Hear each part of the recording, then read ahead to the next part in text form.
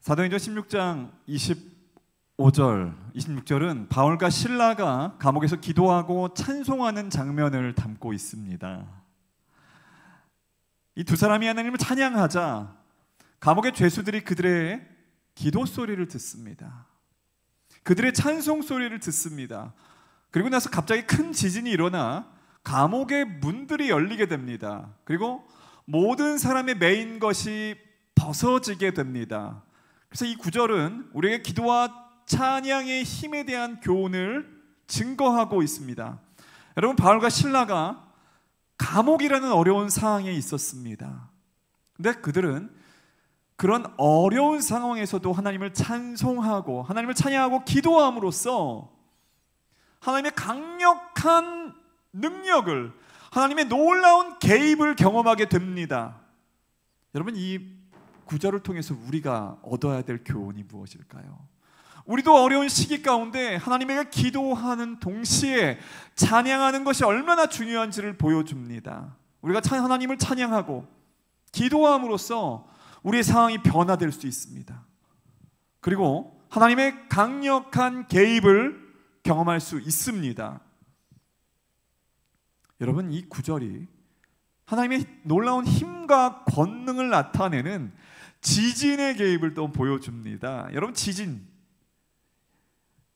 이 바울과 실라가 기도하고 찬송했을 때에 이 지진이 감옥의 문을 엽니다. 그리고 모든 사람이 매인 것을 벗겨냅니다.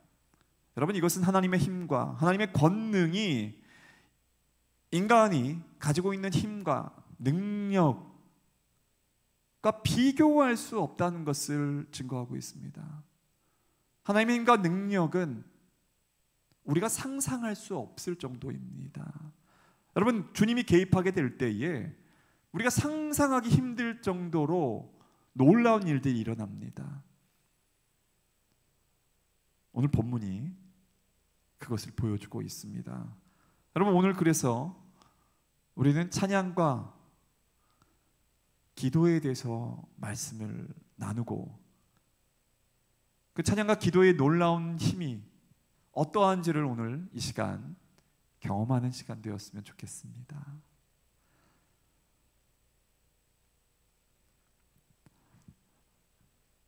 목요일에 있었던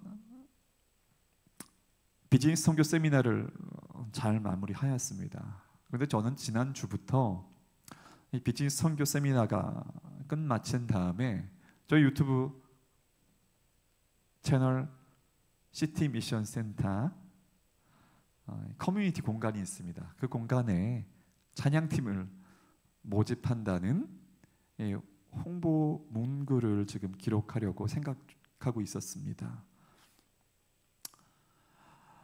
여러분 아시다시피 우리 교회가 개척되고 하나님의 은혜 가운데서 교회가 예수님 안에서 함께 지어져 가고 성장해 가고 하나님이 또 사람들을 보내주시고 또 그들에게 말씀을 증거하고 서로 교제하고 기도하고 함께 교회로 지어져 가고 있습니다. 그런데 저와 이현아 목사님이 또 우리 협력 선교사님이 이 찬양을 거의 전담하는 거예요. 가끔씩 우리 청년들이 이렇게 찬양을 이렇게 또 섬기기도 했지만 그래서 저도 참 놀랍니다. 제가 이렇게 찬양 인도를 하게 될 줄이야 상상도 못했고 저 앞에 계신 또 목사님은 또 반주 가운데 기름 부음 가운데서 반주를 저렇게 잘하실 줄이야 아무도 상상 못했습니다. 근데 궁극적으로 우리 목회자분들이 기도하는 것은 하나님의 사람들이 세워지는 것입니다. 찬양팀이 세워지는 것입니다. 그 찬양팀이 세워지고 그분들이 찬양과 경배함을 통해서 단지 예배의 한 부분에 찬양하고 경배하는 것이 아니라 이 찬양과 경배가 놀라운 영적 전쟁의 무기임과 동시에 이 일상 가운데 찬양하고 주님 앞에 경배하는 것을 통하여서 주님이 놀라운 개입과 은혜가 있다는 것을 말씀드리고자 합니다. 단지 찬양팀이 세워지는 것 이상으로 중요한 의미가 오늘 설교에 담겨 있습니다. 그래서 오늘 이 찬양에 대한 메시지, 또 찬양과 기도의 이 상관관계에 대해서 말씀 나눌 때에 하나님이 주신 놀라운 은혜가 여러분에게 부어지기를 예수님의 이름으로 축원합니다. 고린도전서 14장 15절 말씀해 보면 사도 바울이 고린도 교회에 편지하면서 성령의 은사들에 대한 이야기들이 나오고 14장 초반부에는 특별히 예언을 하면서 하나님께서 주시는 놀라운 계시들, 하나님이 주신 은사들에 대한 이야기를 하면서 15절 말씀에 이러한 구절이 있습니다. 그러면 어떻게 할까? 내가 영으로 기도하고 또 마음으로 기도하며 내가 영으로 찬송하고 또 마음으로 찬송하리라. 기도하고 기도하며 찬송하고 찬송하고 영으로 기도하고 마음으로 기도하고 영으로 찬송하고 마음으로 찬송하고. 여러분, 기도와 찬송이 불가분의 관계인 것을 오늘 말씀드렸던 고린도전서 14장 15절은 말하고 있습니다. 불가분의 관계입니다. 찬양과 기도가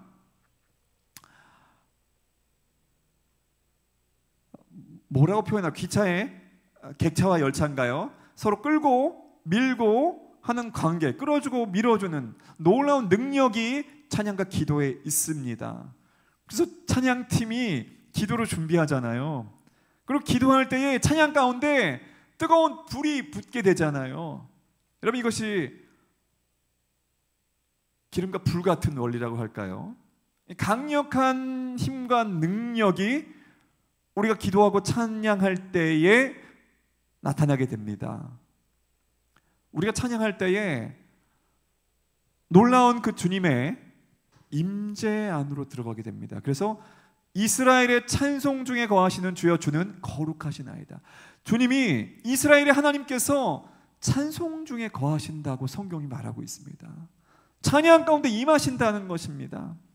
여러분, 기도할 때도 우리가 깊이 있는 기도로 나아갈 때 주님 우리와 함께 하시고 성령의 놀라운 임재가 우리 가운데 충만한 것을 경험하게 됩니다. 그런데 기도를 더 깊이 있는 기도도 중요하지만 우리가 찬양하며 경배하며 나아갈 때 더 놀라운 주님의 임재를, 더 충만한 성령의 임재를 경험하게 됩니다.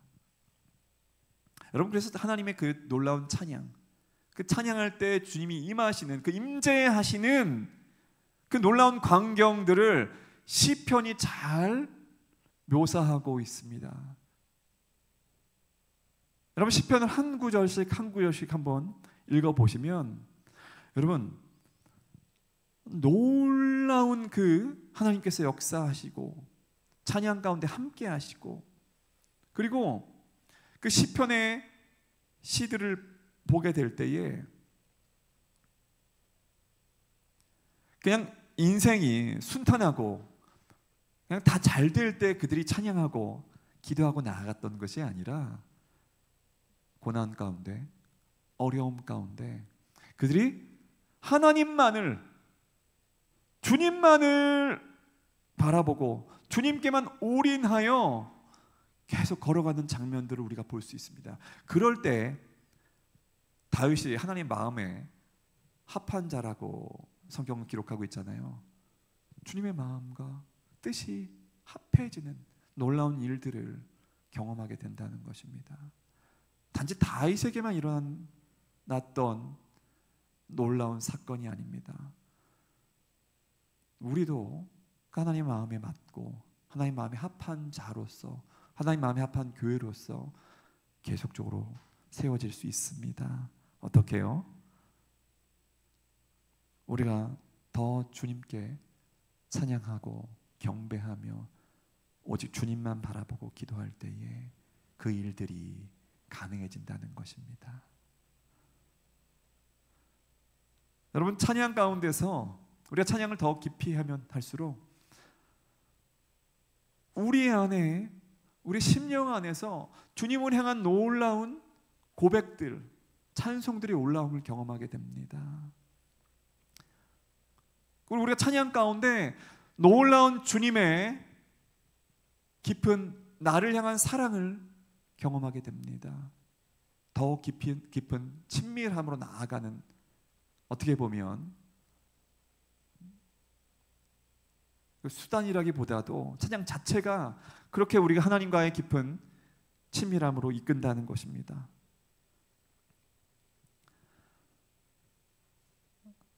여러분, 우리가 각자 가야 될 길들, 부르심이라는 것이 있습니다.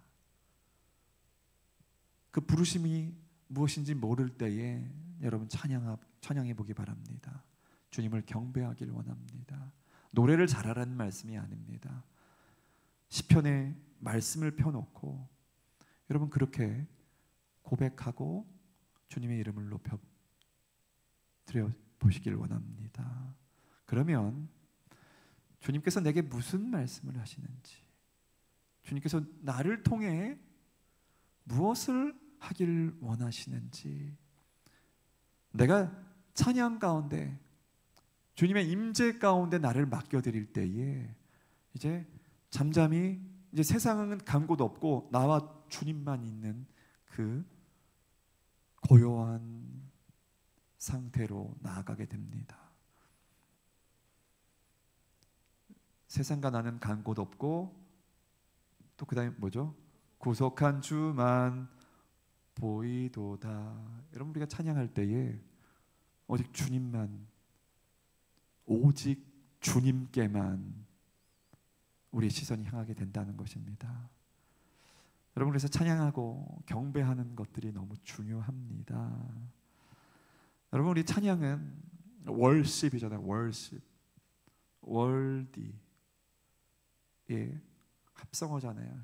십, 하나님께 그 가치를 드리는 것, 하나님을 자신으로 인정하는 것입니다. 높여드리고 하나님을 숭배하고 칭찬하고 경배하는 것입니다. 여러분, 그 찬양하게 될 때에, 경배하게 될 때에, 예배하게 된다는 것은 나 자신을 완전히 드린다는 것입니다. 나 자신이 완전히 주님께 내어드린다는 의미입니다.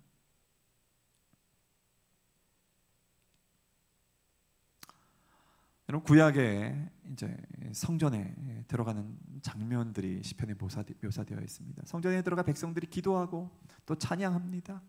또 대제사장이 나오죠.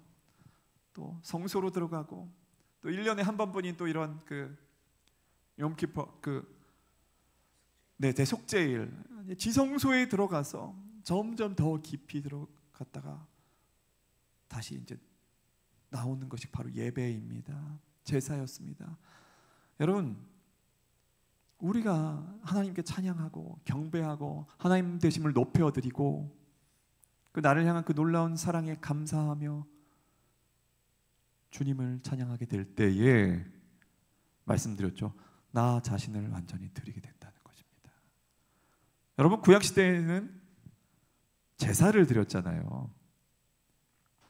양을 잡고 비둘기를 잡고 제물을 드렸잖아요. 근데 신약시대에 예수님이 단번에 우리의 죄를 대속하셔서 제물이 되셨어요. 희생 제물이 되셨는데, 근데 이제 로마서 12장 1절 말씀에 보면 너희는 거룩한 산 제사로 하나님께 드리라고 우리에게 말씀하고 있습니다. 이제 우리 자신이 거룩한 영적인 산 제물이 되어야 된다는 것입니다.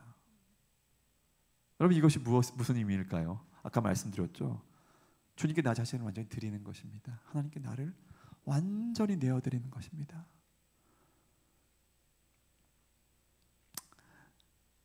여러분, 오늘 오전에도 나를 향한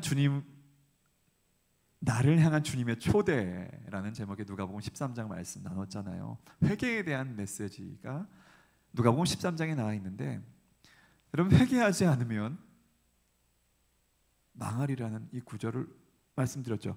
우리가 회개하면 영원한 주의 나라에서 살고 주의 백성으로, 주의 자녀로 살게 되는 놀라운 기쁨의 소식이구나. 그런데 우리가 회개하고 예수 그리스도를 영접합니다. 복음을 듣고 예수님을 영접합니다. 이제 예수님을 영접한 사람이 그리스도인이 되었잖아요. 구원받은 백성이 되었잖아요. 그러면 그 구원받은 백성이, 그리스도인이 가장 먼저 할 것이 무엇일까요? 네, 맞습니다. 찬양하는 것입니다. 여러분, 성령을 또 사도행전의 말씀에 보면 이제 성령 받은 사람들이 그들이 뭔가 방언으로 하나님을 높이더라, 찬송하더라는 표현들이 나옵니다. 성령 받은 증거가 어떤 사람들은 방언이다 얘기하기도 하지만 어떤 사람들은 찬송이라고 합니다. 찬양이 터집니다. 구원의 기쁨, 감격, 그 놀라운 주님이 나를 향한 사랑들이 입술로 막 표현되는 것입니다. 이것이 찬양입니다. 찬송입니다. 여러분, 이 찬양과 찬송은 아무나 할 수 있는 것이 아니에요. 그래서 구원받은 그분의 자녀들이, 백성들이 하나님을 경배하고 찬양하는 것입니다. 여러분, 세상 사람들이 하나님을 찬양할까요? 아닙니다. 저 아이돌들을 찬양합니다. 네, 세상에 수없이 많은 아이돌들, 슈퍼스타들을 찬양하는 시대입니다. 그런데 여러분, 그것은 우상 숭배입니다. 여러분, 정말 은혜 받고 예수 그리스도께서 승리하심을, 왜냐하면 십자가상에서 이미 다 이루셨다고 말씀하셨잖아요. 이미 승리하셨어요. 그래서 이미 승리하신 그 예수 그리스도, 그분을 통해서 우리가 승리자가 됐다는 것입니다. 내가 세상을 이겼노라, 이제 이기는 자는 말씀하시면서 계시록에도 내가 너희에게 무엇을 주겠다, 무엇을 주겠다. 여러분, 우리가 승리자로 살아갈 때 찬양할 수 있습니다. 주님을 높여드릴 수 있습니다.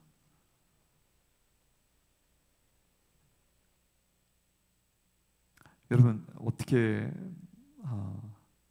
표현해야 될지 모르겠지만 감사하고 감격하고 눈물을 잘 흘리는 이런 그리스도인이 있습니다. 예를 들어 보겠습니다. 그런데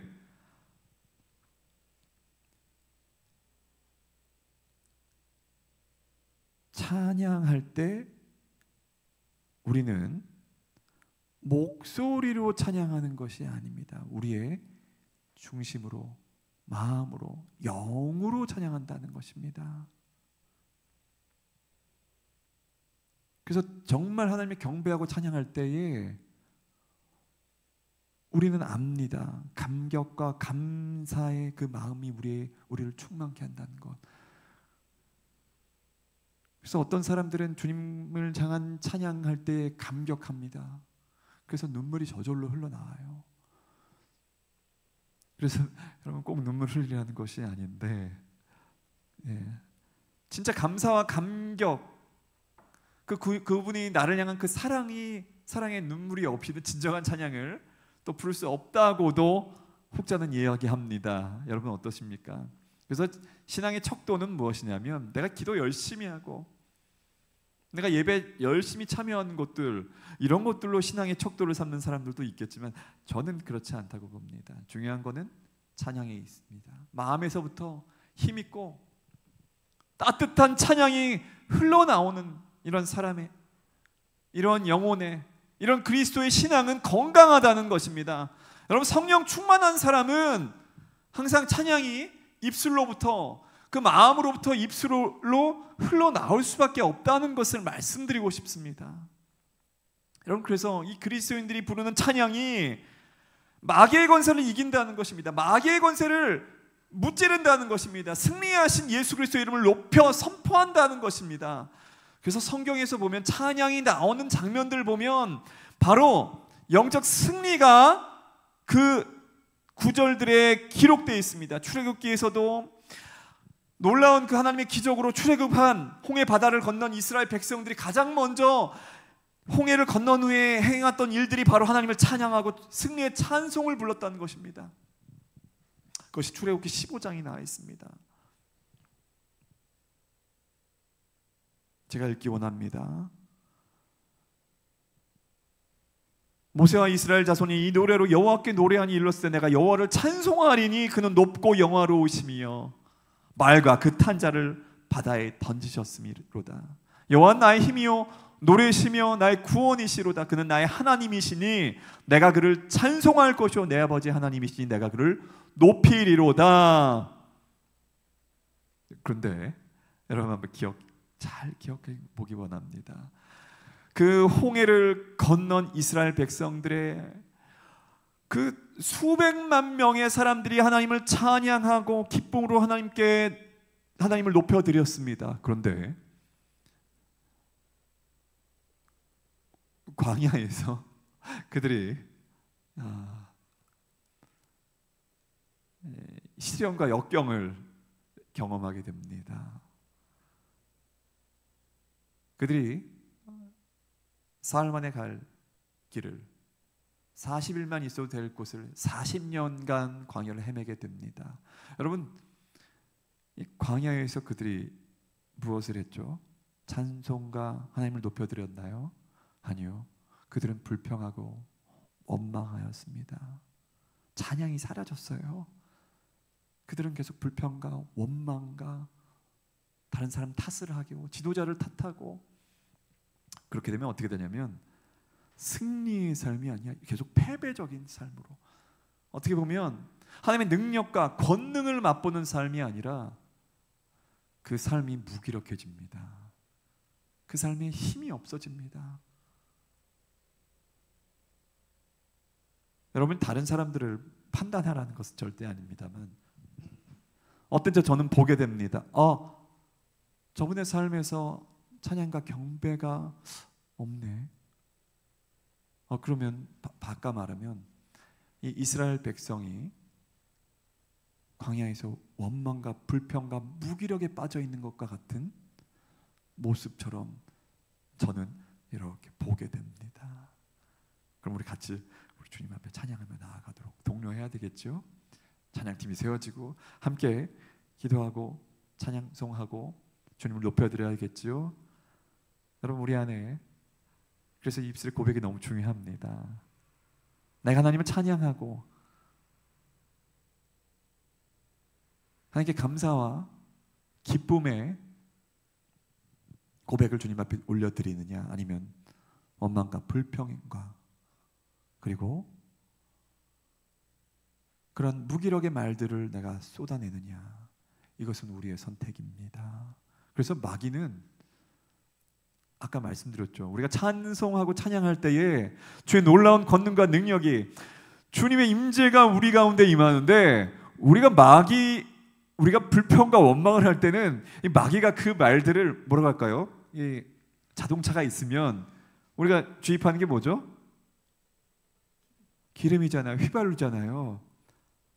연료 주입하는 것처럼 우리의 인생을 이렇게 끌고 가게 됩니다. 마귀가 원망과 불평과 무기력한 말과 짜증과 이런 이야기를 하면 계속 마귀가 그 말들을 원료 삼아서 어떻게 보면 그 무적행으로 끌고 내려가는 것처럼 느껴질 때가 있을 것입니다.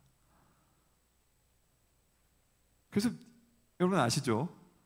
우리 입에서 마귀가 무슨 말이 나오길 원하는 줄 아세요?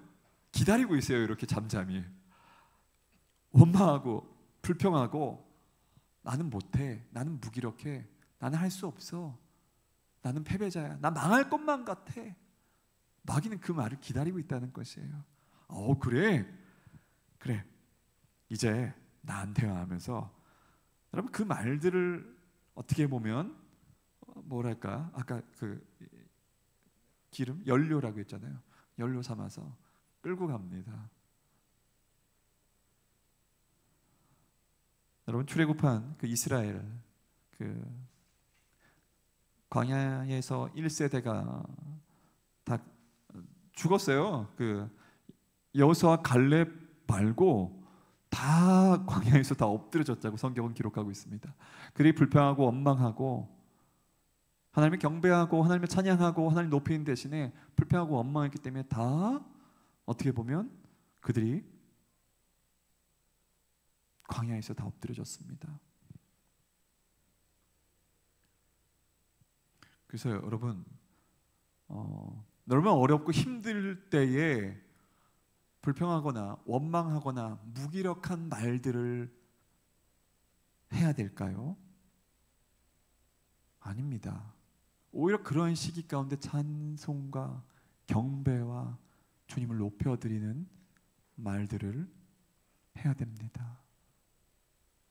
여러분, 오늘 본문에 바울과 실라가 깊은 감옥에서 착고에 매여서 매질을 당하고, 오늘날과 같은 감옥이 아닙니다. 2000년 전 감옥은 얼마나 음침했을까요? 얼마나 시설이 낙후됐을까요? 그리고 얼마나 그 간수들이 난폭했을까요? 그들이 매질을 40에 한 대를 감아 매질을 하고, 그런데 그들이 그러한 상황에서 하나님께 오늘 본문 말씀과 같이 기도하고 하나님을 찬송하며 죄수들이 들었던 것뿐만 아니라 하나님과 천사들이 그것을 들었다는 것입니다.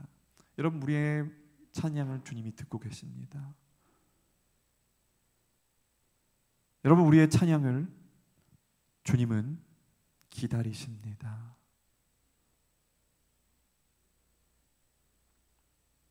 말씀드렸습니다.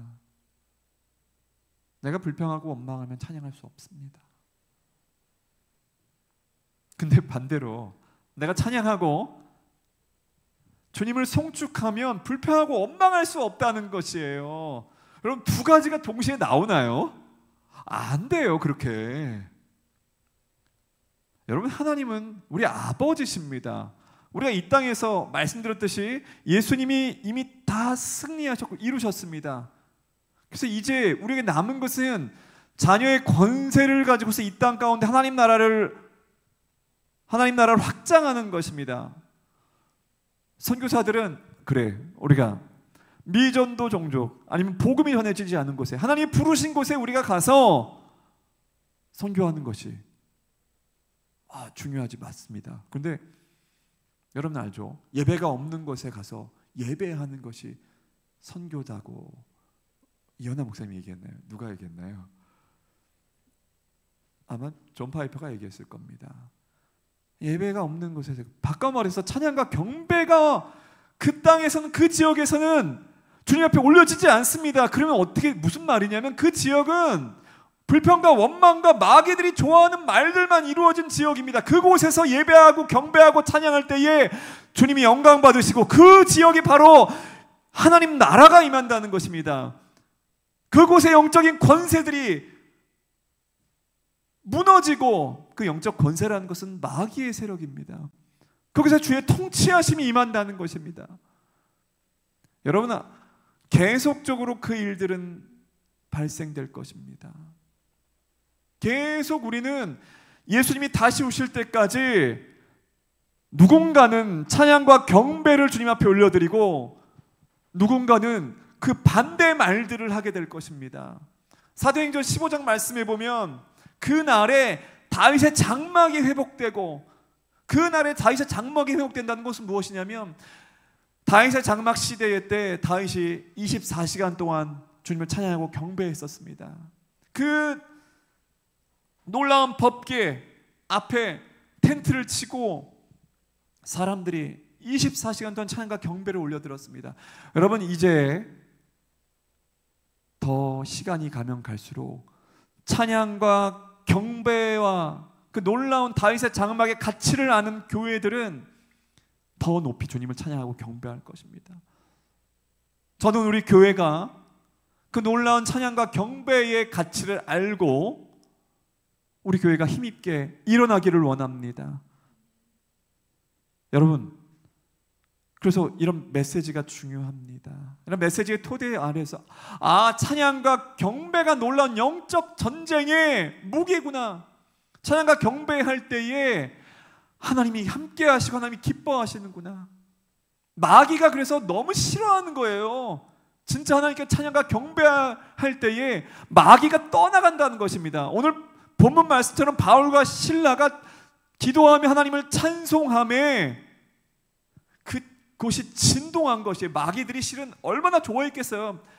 복음을 증거하고 그 지역을 변화시켰던 이 바울과 실라가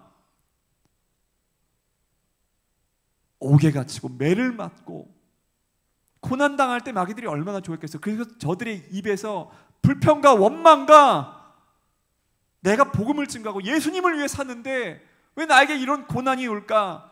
불평하고 원망 소리를 들으려고 이렇게 가까이 있었겠죠. 근데 아니에요.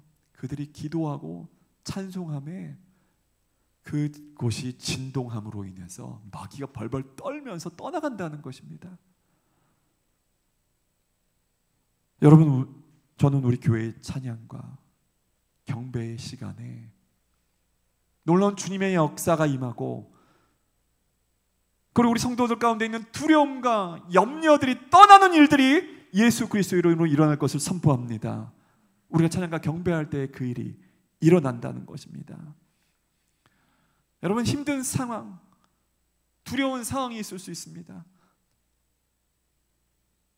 외국에서 어떻게 보면 이 대한민국으로 타지로 왔잖아요. 그런데 여러분, 이때 두려워하고 아니면 내가 왜 왔지? 왜 와서 고생하지? 이렇게 무기력한 상태로 나아가게 된다면 찬양하기가 어려워요. 그런데 여러분이 의식적으로 주님을 향한 찬양을 고백해 보세요.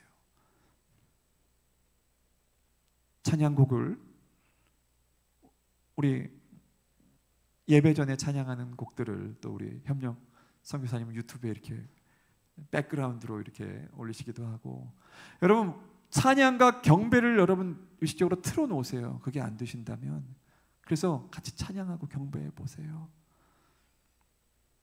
여러분, 놀라운 우리에게 이길 힘이 주어졌고요. 이미 우리가 능력이 있는데 우리가 찬양할 때에 이제 압니다. 나의 정체성이 주님을 찬송하는 자로 내가 부름받았구나. 그것이 이사야 43장 21절 말씀에 기록되어 있습니다. 그래서 여러분, 이 찬양과 경배로, 이 찬양으로 이 어려운 환경을 이길 수 있다는 그 비밀을 안 우리 선배들은, 믿음의 선조들은 항상 찬양과 기도의 이 연결고리를 놓지 않았다는 것을 여러분 기억하기 원합니다. 여러분, 아까 말씀드렸습니다. 이 찬양과 경배가 기도와 함께 결합될 때 놀라운 역사가 일어난다고 말씀을 드렸습니다. 그래서 우리가 예수 그리스도의 보혈에 힘입어서 주님 앞에 나아가잖아요. 그런 보혈 찬양들, 하나님만 높여드리는 찬양들, 예수 그리스도 이름만 높여드리는 찬양들, 성령의 놀라운 능력과 권능을, 또한 성령님의 놀라운 그 성품을 찬양하는, 함께 찬양할 때에 여러분, 악한 영들이 떠나가고 또 묶인 자가 노임받고 그곳에 놀라운 하나님의 역사가 일어난다는 것입니다. 그래서 마귀가 알아요. 찬양과 경배의 사람들, 저 사람을 두려워합니다. 제가 아는 어떤 목사님 한 분 계신데, 이분은 또 세계적인 하나님의 사람으로부터 시편 149편 말씀을 딱 받고, 왜냐면 거기에 이제 높은 찬양이라는 이제 구절이 있으면서 하이 프레이즈, 이 찬양과 경배함을 통해서 이 두 날 가진 검처럼 영적 전쟁의 무기가 바로 찬양이라는 것이 그 성경 구절에 나와 있는데, 그 목사님이 찬양할 때에 놀라운 주님의 나타나심과 놀라운 성령의 운행하심이 있다는 것입니다. 그런데 여러분, 누구 특별한 사람에게만 주님께서 기름 부어서 찬양하고 경배케 하는 것이 아니라는 것입니다. 여러분, 우리가 예수 그리스도를 통하여서, 그 예수 그리스도의 그 놀라운 복음을 통하여서 우리가 이제 하나님 자녀로서 마땅히 드려야 될 찬송을 드릴 수 있는 존재가 되었다는 것입니다. 그래서 여러분, 예배 시간에 저분 찬양송 잘하구나, 그냥 가만히 그냥 아무 말 안 하고 따라하는 게 아니라, 여러분 힘있게 소리를 내서 마음을 다해서 여러분 찬양해 보세요. 찬양해 보세요. 여러분 속에, 여러분 심령이 주님의 놀라운 감격과 감사로, 기쁨으로 가득 차게 될 것을 여러분이 경험하게 될 것입니다. 여러분, 우리가 찬양할 때에, 주님만 찬양할 때에 다른 것 보이지 않아요. 현실의 상황이 어렵습니까? 우리가 찬양할 때 주의 능력이 보입니다. 주의 능력이 나타납니다. 그러면 어떻게 되냐면, 내가 지금 경험하고 있는 것들이 별게 아니구나, 다 주님께 맡기게 됩니다. 그리고 아까 말씀드렸죠, 마귀는 계속 저와 여러분이 원망과 불평과 무기력의 말들을 쏟아내기를 계속 기다리고 있는데, 여러분, 우리가 찬양할 때에 놀라운 그리스도의 십자가 승리가 얼마나 그들을 처참하게 패배시켰는지를 깨닫게 한다는 것입니다. 그들은 아무것도 아닌 존재라는 것입니다. 그럼 마귀는 대적하면 됩니다. 예수의 이름으로 대적하고, 우리가 찬양과 경배할 때에 마귀가 벌벌 떤다는 것을 기억하기 원합니다.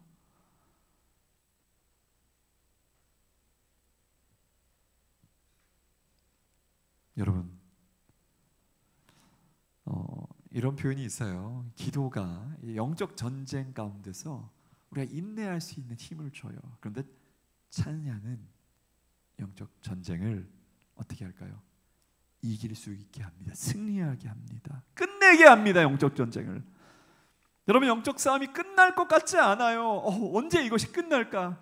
언제 나의 삶이 광야와 같은 이런 시간 가운데 있을까? 그런데 저는 그런 분들에게 직접적으로 찬양하세요 이렇게 말할 수도 있지만, 하나님 말씀을 가운데서 그분이 찬양할 수 있도록 도와줍니다. 말씀을 통하여서. 왜냐하면 저희 말보다 하나님 말씀에 그 놀라운 영적 전쟁, 끝날 것 같지 않고, 언제 끝나지, 언제 이것이, 내가 광야와 같이 빙빙빙빙 돌고 있는 사람들이 얼마나 많은지 몰라요.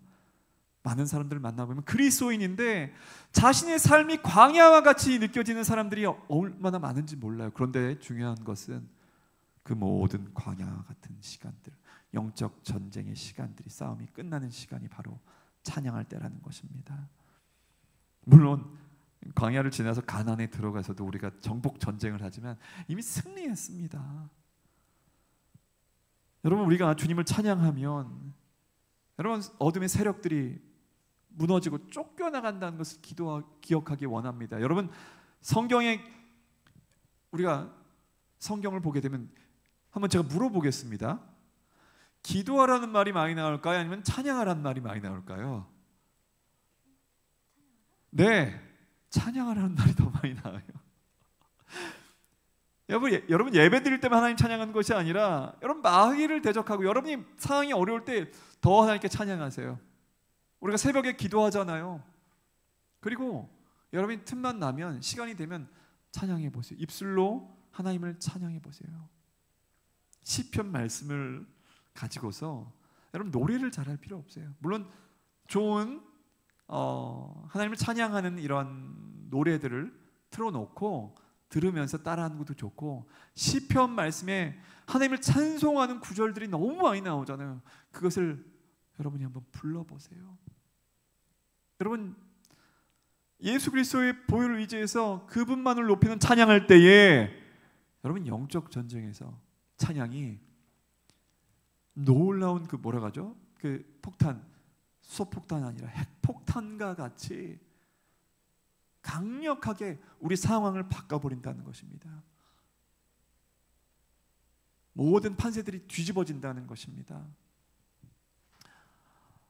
여러분, 오늘 계속 이 말씀 드렸지만, 여러분, 사단은 우리가 계속 원망하고 불평하고 무기력한 말들을 쏟아내기를 기다리고 있습니다.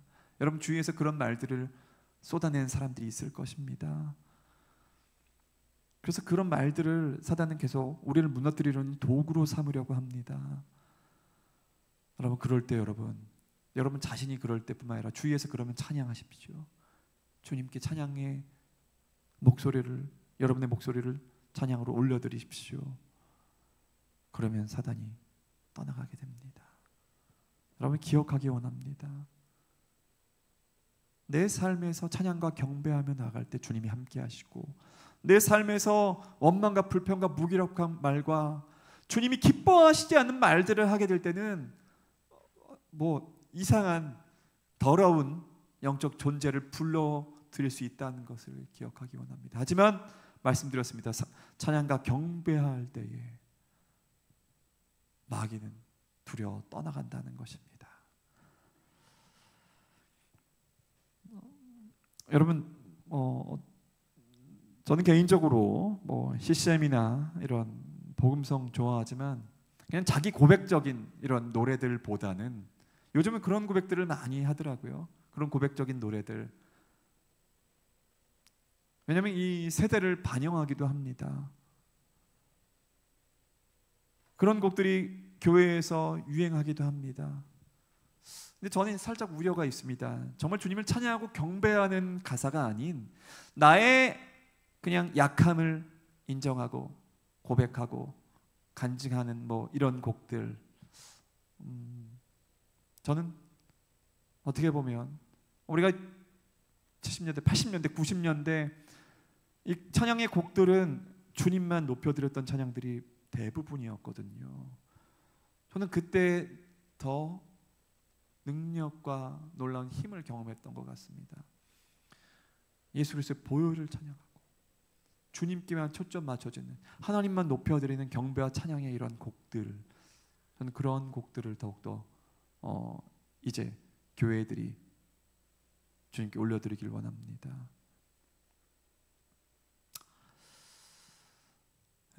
여러분, 우리가 찬양에 대해서 말씀드렸지만 또 이제 기도에 대한 부분들을 조금 나누고 우리 같이 또 함께 찬양하면서 또 기도하는 시간 갖기 원합니다. 찬양은 우리 가운데 새로운 영적인 활력을 불어넣어주고 또 우리가 기도할 때에 영적으로 침체되어 있을 때에 우리가 기도만 하는 것이 아니라 찬양하게 될 때에 놀라운 주님의 능력과 공급을 경험하게 된다고 말씀을 드렸습니다. 그래서 그냥 침체됐고 왜 내 삶에서 조금 뭔가 돌파가 없지라고 생각하시는 분들이 계시다면 기도만은 계속 하시는 것이 아니라 여러분 찬송의 옷을 입자가 아니라 여러분 찬송으로 여러분 입술을 주님께 찬양으로 하나님께 올려드리기를 원합니다. 여러분 기도할 수 없을 때 여러분은 찬양하기 원합니다.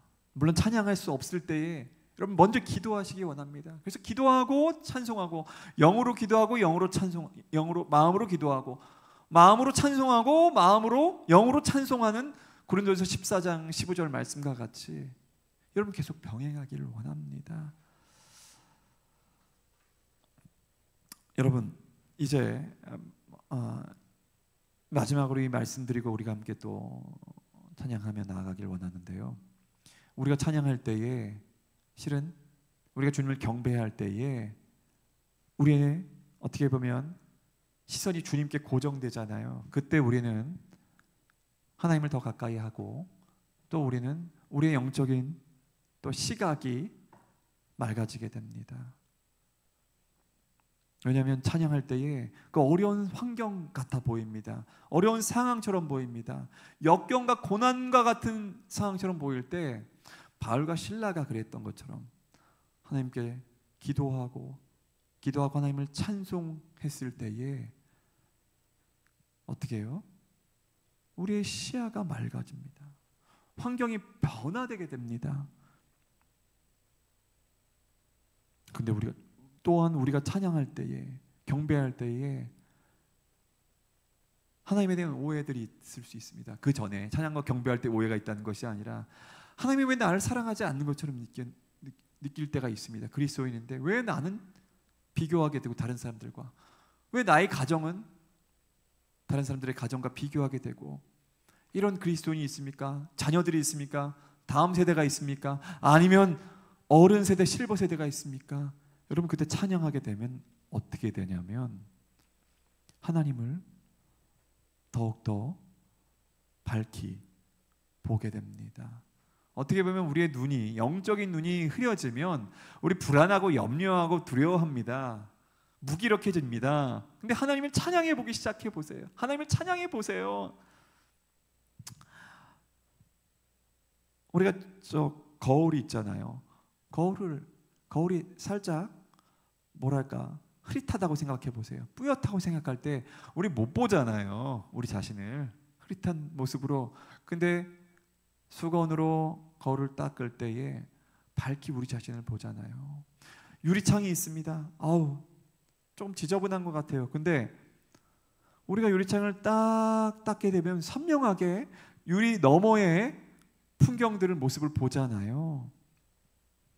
여러분, 우리가 찬양할 때에 성령께서 그러한 역할을 감당해 주신다는 것입니다.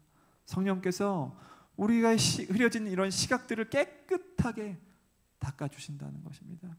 그러면 어떻게 되냐면 우리 안에 그동안에는 마귀가 주는 생각들이나 염려들이나 불안들이나 걱정들이 이거 내 생각, 이게 주님으로부터 온 게 아니다라는 것을 알게 됩니다. 그러면 어떻게 되죠? 내가 이거 염려하고 걱정하고 두려워하거나 내가 원망하고 불평할 일이 아니구나. 주님의 관점으로 나를 보게 되고 다른 사람들을 보게 되고, 또 말씀드렸듯이 이 시대를 보고 분별할 수 있게 되는 것입니다. 그래서 여러분, 찬양 충만한 사람이 또 성령 충만한 사람과 또 일맥상통한다는 것을 기억하기 원합니다. 성령 충만한 사람이 찬양하지 못한다. 저는 이상하게 생각합니다. 성령으로 충만하면 충만할수록 주님을 향한 찬양과 경배가 충만한 사람이라는 것입니다. 그래서 신앙의 척도를 여러분 찬양으로도 한번 여러분 스스로 점검하기를 원합니다. 나는 그동안 찬양 못했는데 어떡하죠? 괜찮습니다. 오늘 이 시간부터 기도하고 하나님을 찬양하면 됩니다. 말씀드렸습니다. 우리의 앞에 놓여있는 사건들, 우리 앞에 놓여있는 환경들, 안개 낀 것처럼 안 보일 때가 많습니다. 그때 여러분 찬양해 보십시오. 경배해 보십시오. 하나님만 초점 맞춰주시기, 하나님께만 초점을 맞추시기 원하면 여러분 어떻게 되냐면, 그럴 때 우리의 삶의 환경에 이런 모습들이 해석이 될 수 있습니다. 해석이 되기 시작합니다. 그러면 어떻게 되냐면 과거에 내가 걸어왔던 길들도 해석이 되고요, 현재의 모습들 가운데서 하나님의 놀라운 섭리와 하나님의 나를 향한 사랑들을 이해하게 되고요. 그러면 어떻게 되죠?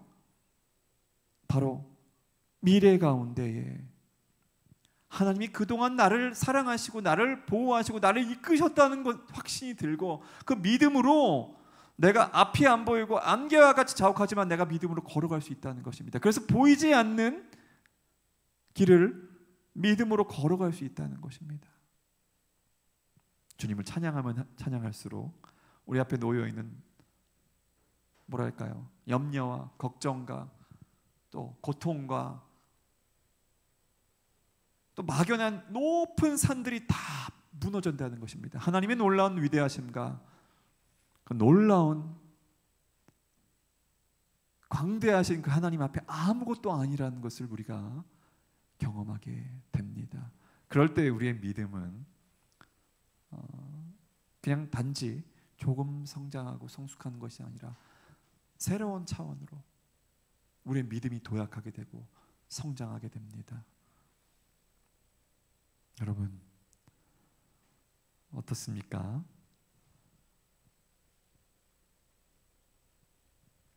오늘 본문 말씀 제가 다시 읽고 우리 찬양하고 기도하기 원합니다.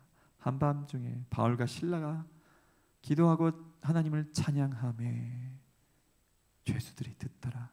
지진이 일어나고요, 그 감옥이 흔들리고요, 그 문들이 열리고, 여러분 무슨 일이 벌어졌습니까? 놀라운 하나님의 구원의 역사가 그 사도행전 16장, 이 사도 바울이 신라가 옥에 갇히고 비참한 상황 같은 상황에서 하나님을 찬양하고 기도했을 때에 놀라운 구원의 역사가 일어나게 됩니다. 여러분 오늘도 마찬가지입니다. 오늘도 여러분 마음이 어렵습니까? 혹시나 다른 사람으로부터 상처받은 일이 있으세요? 내가 마음 먹은 것처럼 다른 사람이 나를 대하지 않을 때도 있습니다. 관계 가운데서 어려움이 있을 수 있습니다.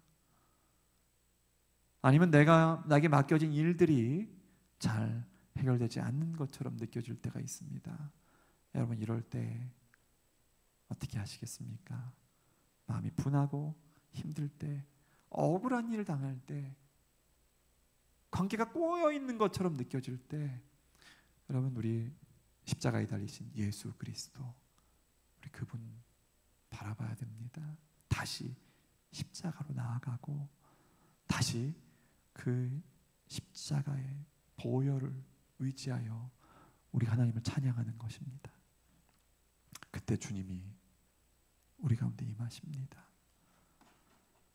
여러분의 삶에서 어려운 결정을 해야 될 일들이 앞으로도 남아 있을 겁니다. 그 결정하기 전에 많은 사람들에게 자문하고 묻고 구하는 것이 아니라 여러분이 주님 앞에 찬양과 경배함으로 나아가시기 원합니다.